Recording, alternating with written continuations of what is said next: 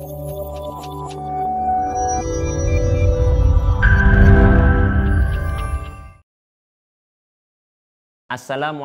warahmatullahi wabarakatuh. Bismillahirrahmanirrahim. Qala al-muallif al-alim al-allamah Zainuddin bin Abdul Aziz al-Malaybari nafa'anallahu biulumihi fid dharain. Faslun fis sholati alal mayyiti. Adapun ini fasal menerangkan hal-hal yang berkaitan dengan sholat mayit. Konteks di sini menyolatkan jenazah. Pada hakikatnya di atas nanti yang bakal kita bahas itu meliputi hal-hal yang berkaitan dengan mayit seperti memandikan, mengkafani, menyolatkan, dan menguburkan dan setelahnya. Hal-hal yang berkaitan dengan mayit. Wa syuri'at bil madinati. Dan menyolatkan mayit ini pertama kali disyariatkan yaitu di kota Madinah. Bagaimana dengan kaum muslimin atau orang-orang Islam yang mati, yang meninggal ketika Nabi Muhammad berdakwah di Mekah? Ini satu pertanyaan besar nih. Maka tidak disyariatkan untuk disolatkan, langsung dikubur. Nah, karena memang pertama kali disyariatkannya yaitu di kota Madinah. Wa qila hiya min khosa'isi hadhil ummati. Wah. Dan dikatakan pula menyolatkan mayit itu salah satu keistimewaan umat Nabi Muhammad. Nah, berarti ini satu kekhususan bagi kita, beruntung nih bagi umat Nabi Muhammad. Jadi sebelum Nabi Muhammad dilahirkan, diutus, maka tidak ada kekhususan bagi umat-umat sebelum Nabi Muhammad. Nah, ini dikhususkan bagi umat Nabi Muhammad saja. Sholatul mayyiti fardu kifayatin. Adapun hukum sholat mayit atau menyolatkan mayit itu fardu kifayah.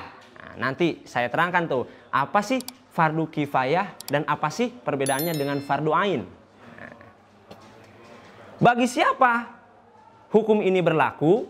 Ae al mayyitil muslimi. Nah, ternyata ini hanya berlaku kefarduan ini bagi mayit muslim saja. Maka garis miring tidak berhak atau tidak wajib bagi mayit-mayit yang non muslim. Bahkan ada satu pendapat haram untuk menyolatkan mayit-mayit yang non muslim. Muslim yang seperti apa? Ghairi asyahidi. Nah, selain juga orang yang mati syahid. Nah, maka bagi orang muslim matinya karena mati syahid juga tidak boleh kita solatkan. Nah, bahkan ada satu riwayat bahkan haram hukumnya menyolatkan orang mayit, menyolatkan mayit yang matinya mati syahid. Begitu. Cukup kita mengkafani dan langsung menguburkannya.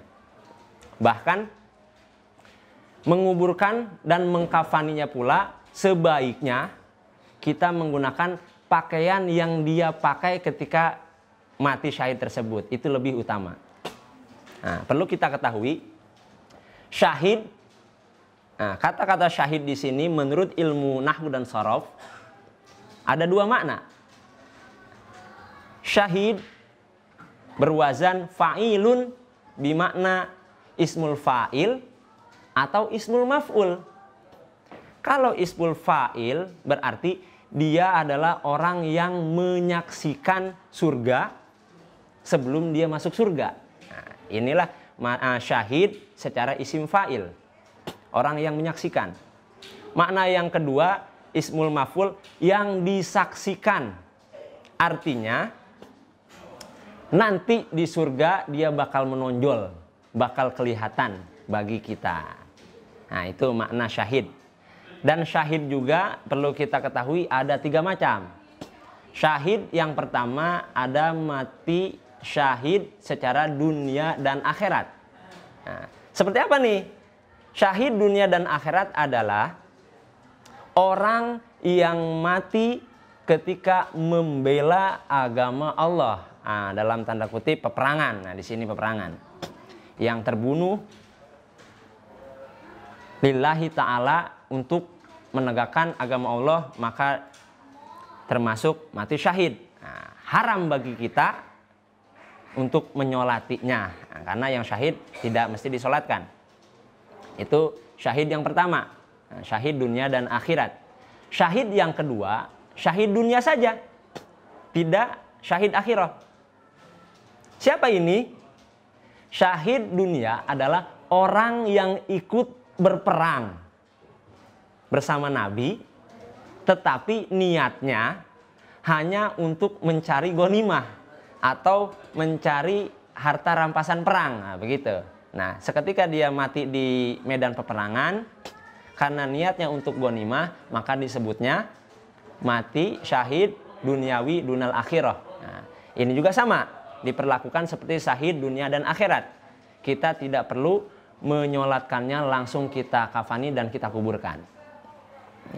Nah, adapun syahid yang ketiga yaitu syahid akhirah fakot duna dunya. Seperti apa? Oh, ini banyak.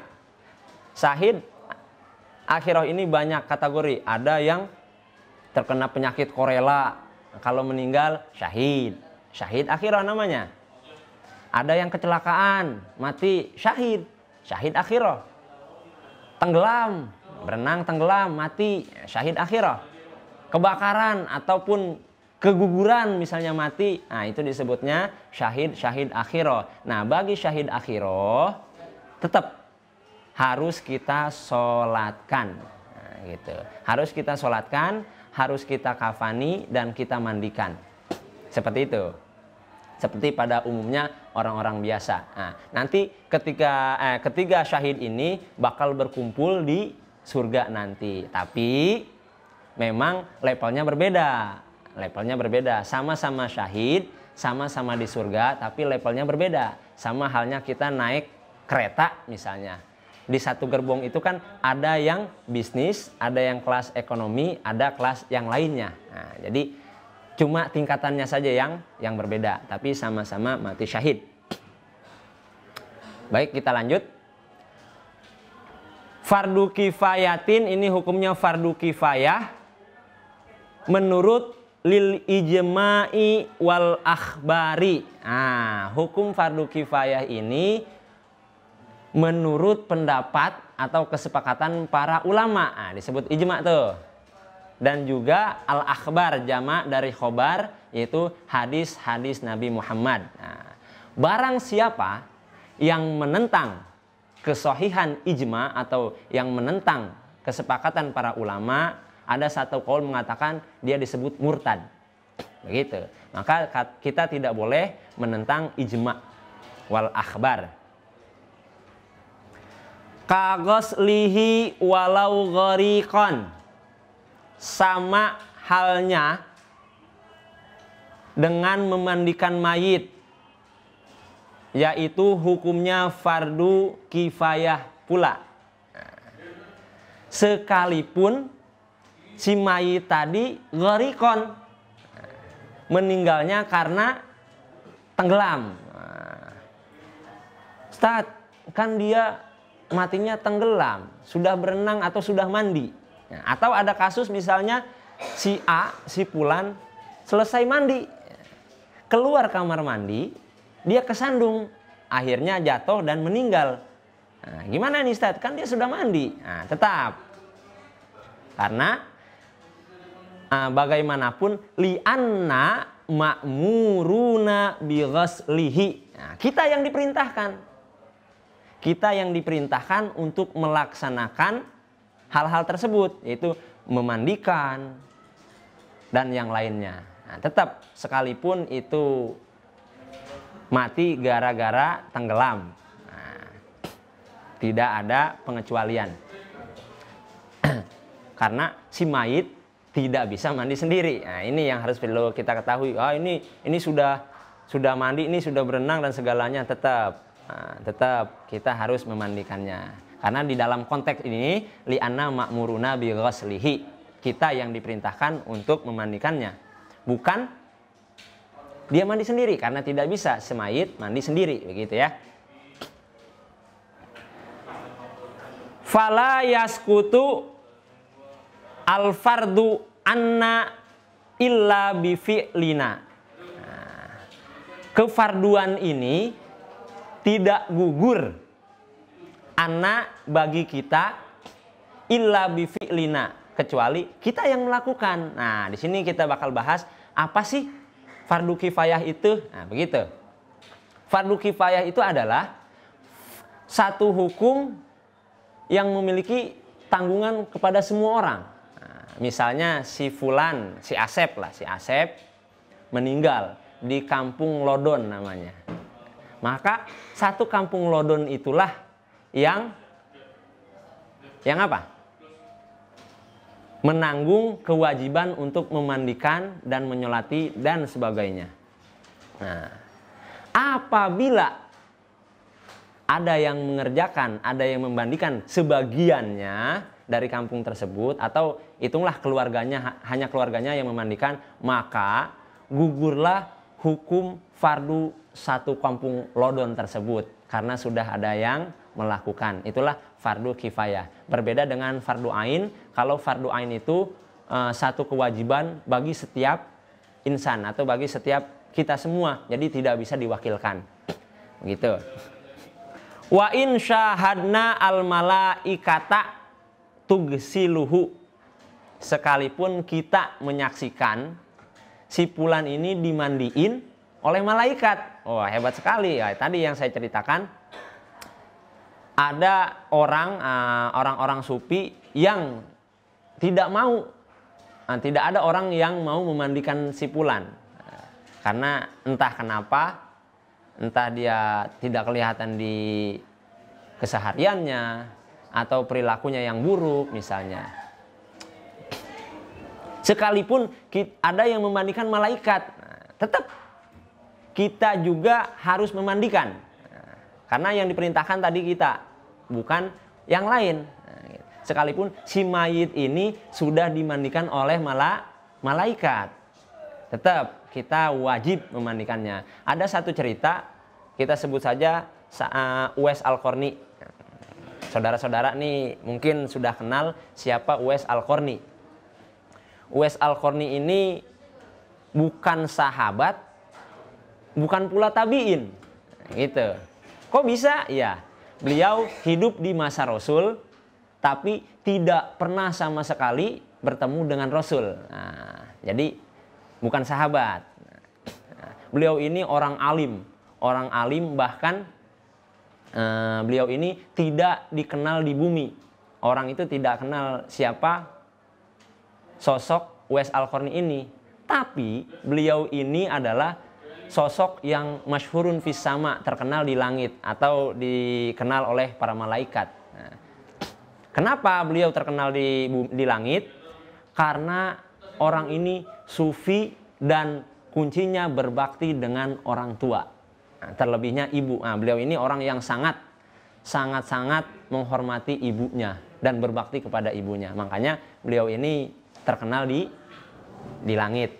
Bahkan satu riwayat mengatakan ketika masa Nabi Muhammad hidup, beliau berpesan kepada Sayyidina Umar, apabila engkau bertemu dengan Uwais Al-Qarni, orangnya seperti ini, bla bla bla bla, berasal dari Yaman, mintalah doa darinya. Nah, ini saking sufinya, saking masyhurnya Uwais Al-Qarni ini. Nah, pada satu ketika beliau meninggal, malaikat ini berebut. Malaikat berebut ingin memandikan. Nah, masyarakat Yaman ketika memandiin, wah ternyata sudah rame. Nah, tapi siapa? Nggak ada yang kenal. Ternyata para malaikat berebut untuk memandikan Uwais Al-Qarni ini. Selesai memandikan, mengkapani. Ketika mau ke tempat mengkapani, ternyata sudah ramai pula. Nah, ternyata ini juga malaikat. Nah, gitu kan. Nah, tetap dalam konteks ini, tetap kita wajib memandikan mayit tersebut, sekalipun kita melihat sendiri malaikat yang telah memandikan si fulan. Nah, begitu.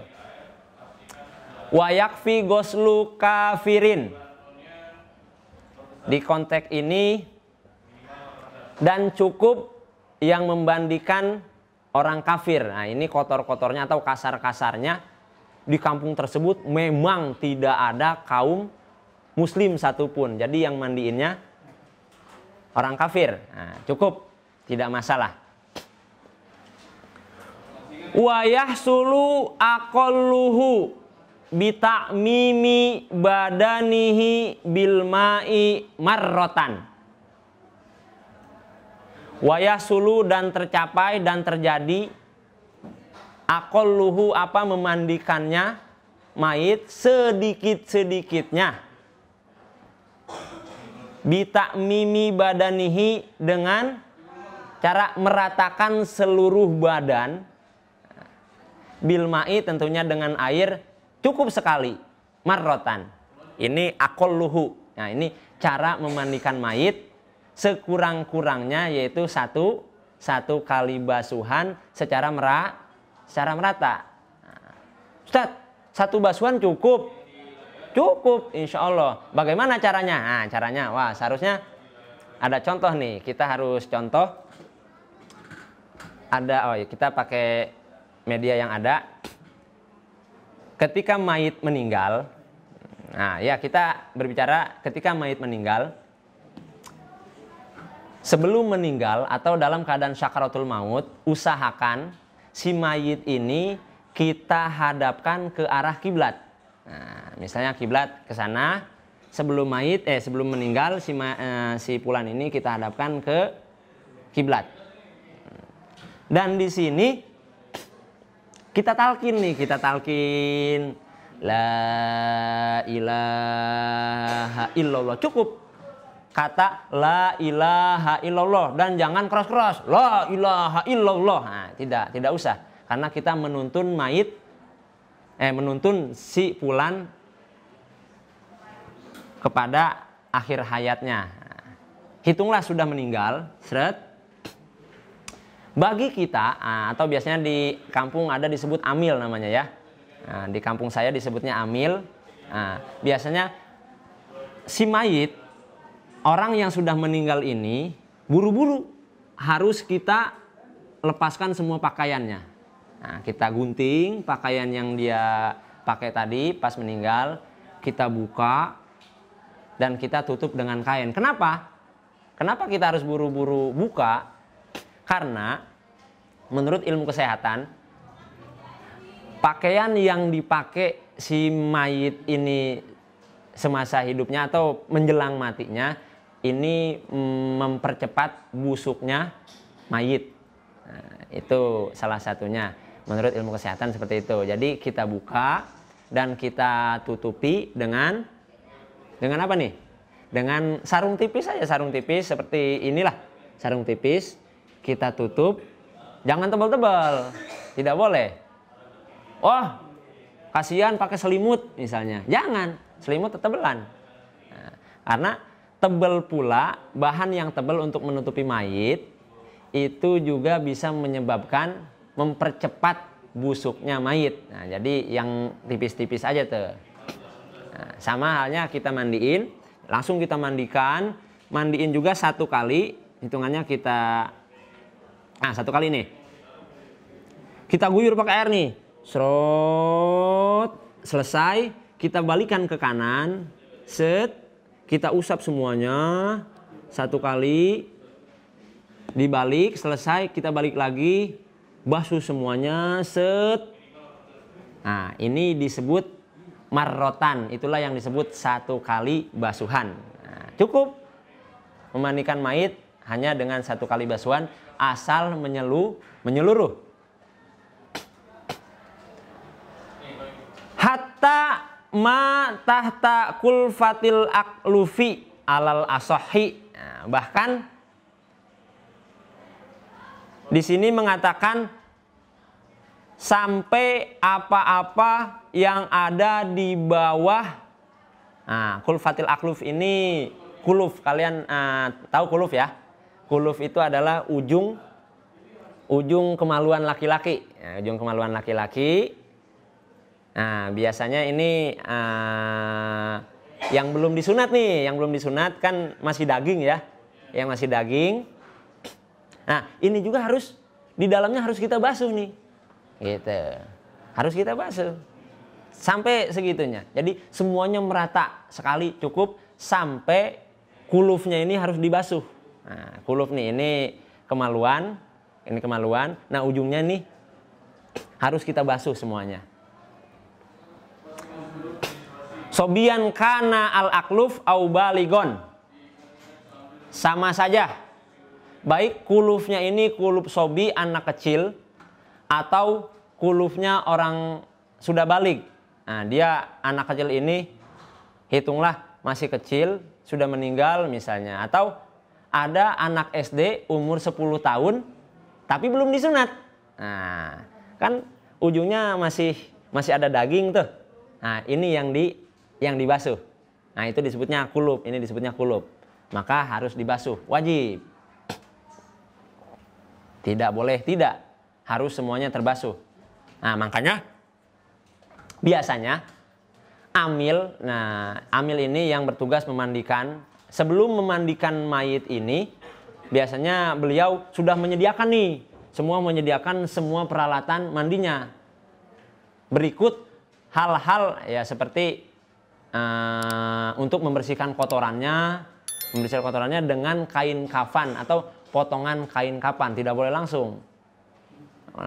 Kotoran-kotorannya, semua kotorannya kita bersihkan. Jadi sebelum memulai memandikan, usahakan kotorannya semua dibersihkan. Nah, dibersihkan tuh dengan potongan kain kafan si mayit tersebut yang sudah disediakan di tempat mengkafani. Biasanya ada potongan, dibersihkan semua lubangnya, kotorannya kita urut, kita bersihkan, kuku-kukunya pun kita bersihkan. Kita bersihkan semuanya, baru kita wudukan dan kita basuh. Nah, itu baru mulai mandi. Tetap kita wudukan terlebih dahulu. Sama halnya memandikan mayit seperti kita mandi hadas besar. Nah, kurang lebih seperti itu. Jadi sebelum kita mandikan, terlebih kita bersihkan semua kotoran dan kita wudukan baru kita basuh. Nanti setelah mandi kita wudukan kembali.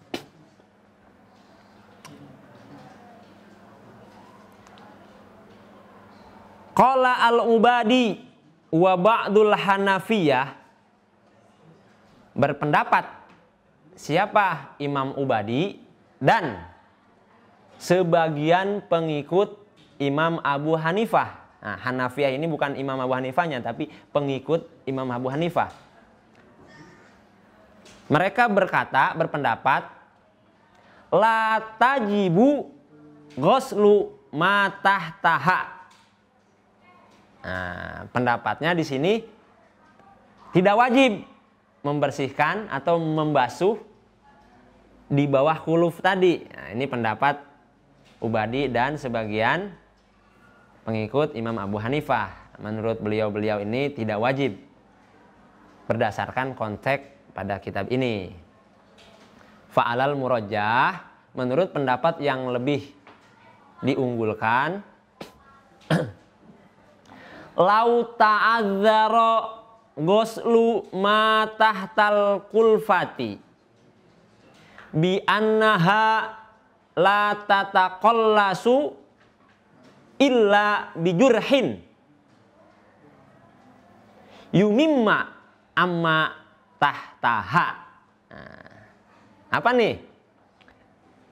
Lau ta'adzara, semisalnya kita berhalangan atau ada kesulitan untuk membasuh ghuslu ma tahtal kulfah yang tadi.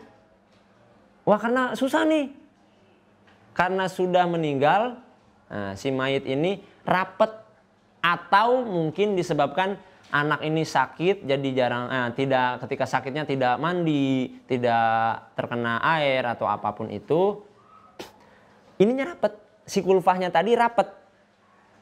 Ta'adzaro, karena ada halangan. Bi annaha la tataqallasu, bahwasanya si kulfah tadi tidak bisa kita buka. Nah, ujung si kemaluan laki-laki ini. Bagaimana caranya? Oh, bisa, Ustaz. Nah, berbicara si keluarga ke Amil, bisa Mil. Tapi dengan cara bijurhin, dengan cara melukainya. Wah, itu tidak boleh. Tidak boleh kita melukai anggota badan si mayit. Nah, mayit itu harus kita jaga, harus kita hargai. Tidak boleh kita lukai. Nah, gimana caranya nih? Caranya yumimma. Nah, menurut konteks ini yumimma, kita tayamumkan amma tahtaha, apa yang ada di kulfah tadi. Nah, di ujung kemaluan laki-laki yang belum disunat lah, biasanya daging tuh susah kan ya. Nah, rapet, nggak bisa dibuka. Gimana caranya? Yumimma, kita tayamumkan. Dengan apa caranya tayamum? Jelas, tayamum itu biturob, menggunakan debu yang bagus, yang suci. Gimana Ustaz caranya? Apa kita perlukin begini nih? Kayak donat atau adonan begitu ya. Ada adonan, kita seresin begini, ujung kemaluannya serot pakai debu begitu ya. Oh tidak, bukan begitu caranya. Tetap kita menggunakan tata cara bertayamum. Bagaimana caranya? Sebelum kita mandikan si mayit tersebut, kita tayamumkan. Nah, gitu. Kita bersihkan kotorannya dan kita tayamumkan dengan cara tetap, yaitu mengusap muka, lalu tangan kanan dan tangan kiri menggunakan debu. Cukup. Insya Allah cukup mewakili semua anggota yang tidak bisa tersentuh air. Setelah ditayamumkan, baru kita guyur, baru kita mandikan dengan tadi caranya.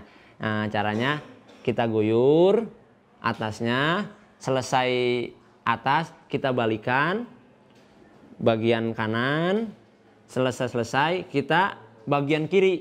Nah, kita guyur lagi. Nah, ini disebutnya satu kali. Begitu. Nah, makanya sebelum memandikan kita harus periksa dulu nih. Sebaiknya sebelum memandikan mayit, kita periksa dulu semua anggota badannya si mayit. Apakah ada luka ataukah ada hal-hal yang sulit nantinya kita basuh menggunakan air.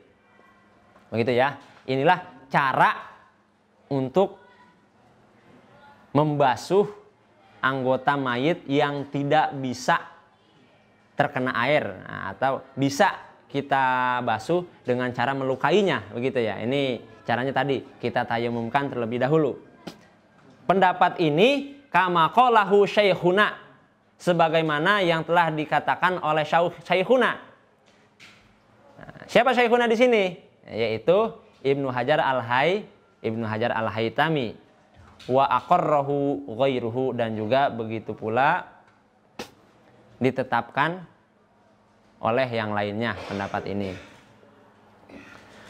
Wa akmaluhu taslisuhu,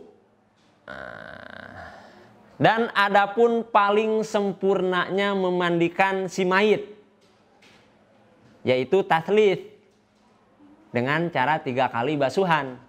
Tetap sama, 3 kali basuhan ya.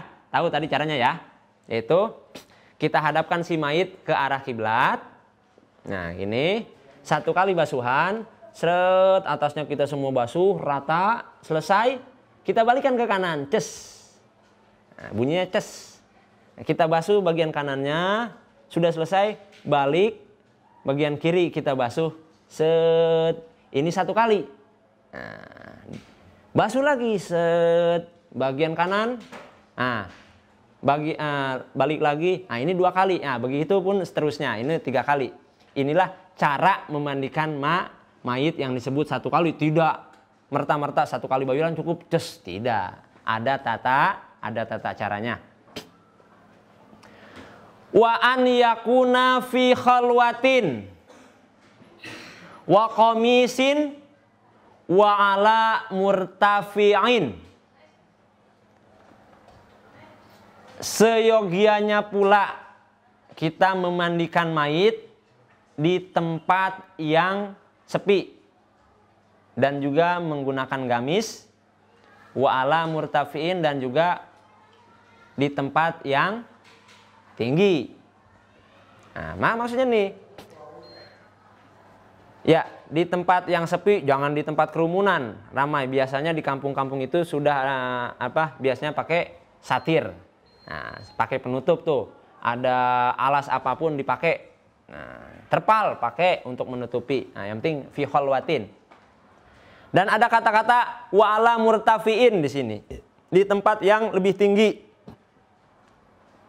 Apa tujuannya? Supaya air yang sudah dipakai tadi membasuh tidak terkena mayit kembali. Nah, mungkin untuk zaman-zaman sekarang, alhamdulillah para DKM sudah memiliki ranjang untuk memandikan mayit yang terbuat dari stainless itu ya.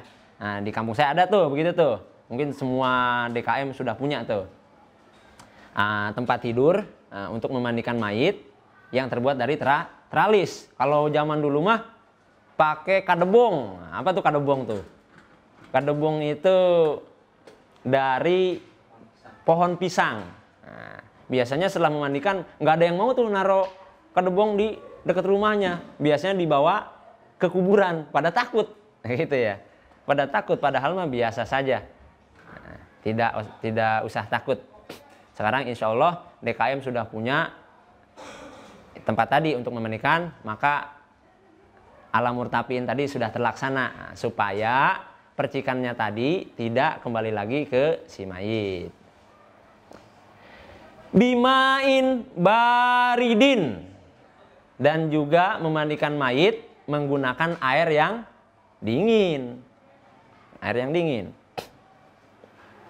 Boleh tidak, Ustaz, kita menggunakan air yang panas atau bukan panas, hangat misalnya? Gimana jawabannya? Insya Allah boleh. Insya Allah boleh. Illa lihajatin. Nah, kalau ada darurat, kalau ada kebutuhan. Seperti apa? Kawasakin. Karena ada kotoran misalnya. Yang mana kotoran ini biasanya hilang dengan air hangat. Gitu.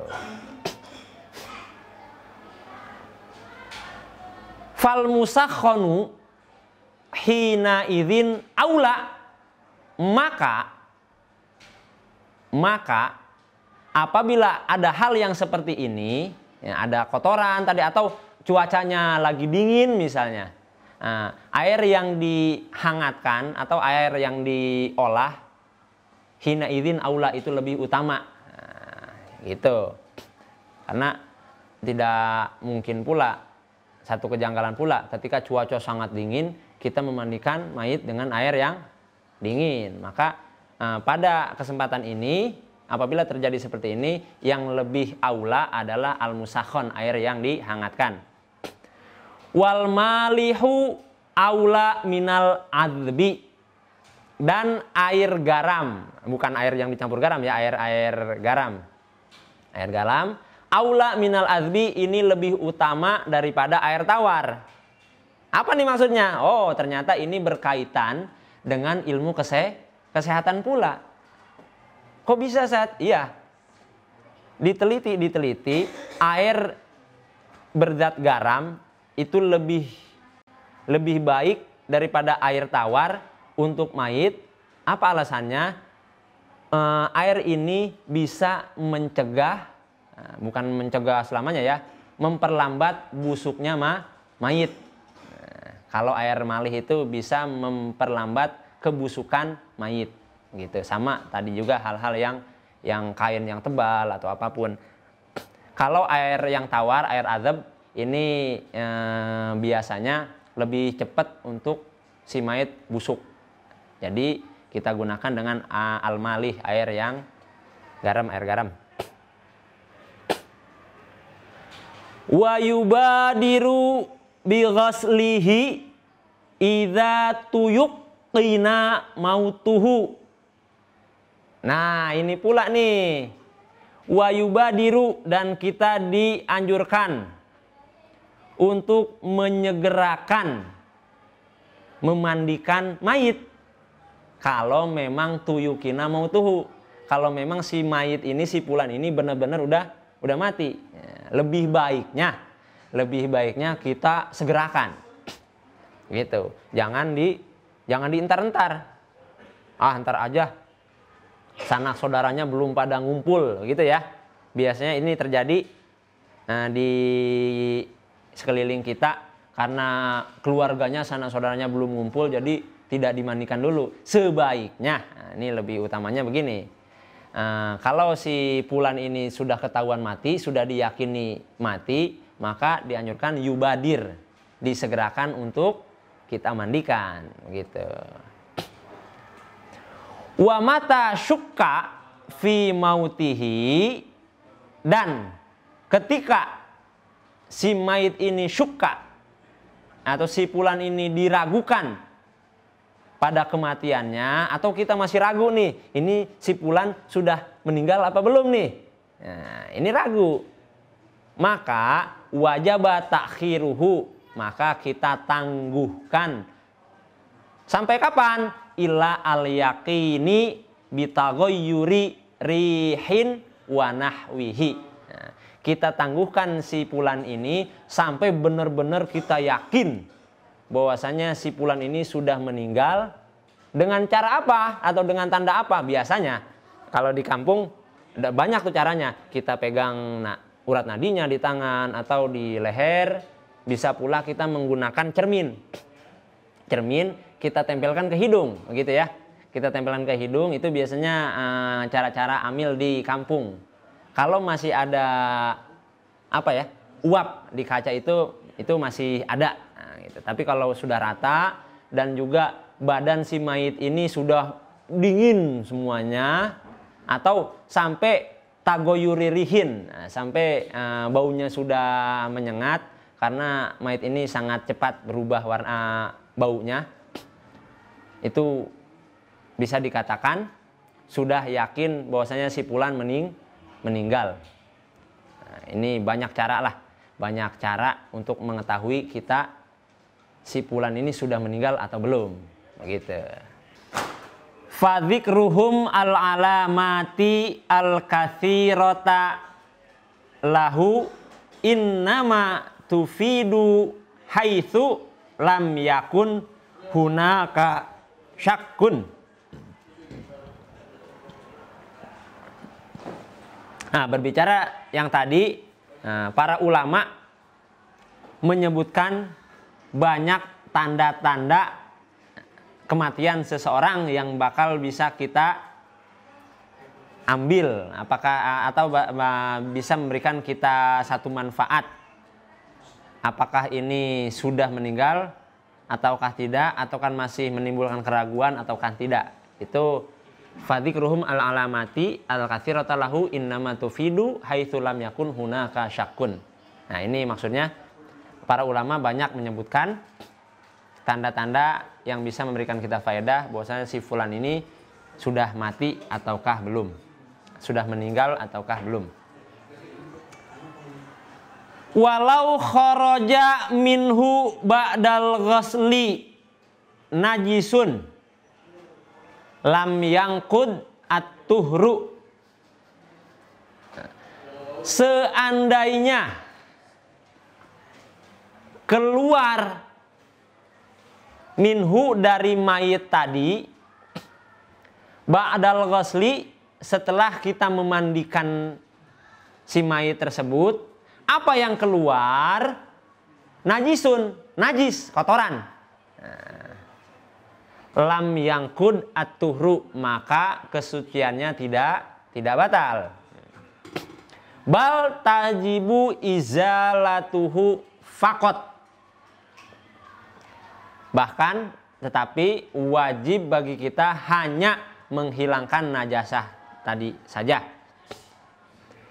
In khoroja qoblat takfin laba dahu, apabila si najasah tadi keluar sebelum kita kafani, tidak setelahnya. Jadi begini, setelah kita beres memandikan si mayit tadi, sudah rampung nih, sudah rata semuanya, sudah kita mandikan, atau yang berhalangan ada cacat tadi, kita tayamumkan, baru kita basuh dengan air 3 kali bolak-balik. Misalnya sudah beres, kita mengkafani. Nah, pas kita mau mengkafani, ternyata si mayit tersebut mengeluarkan kotoran.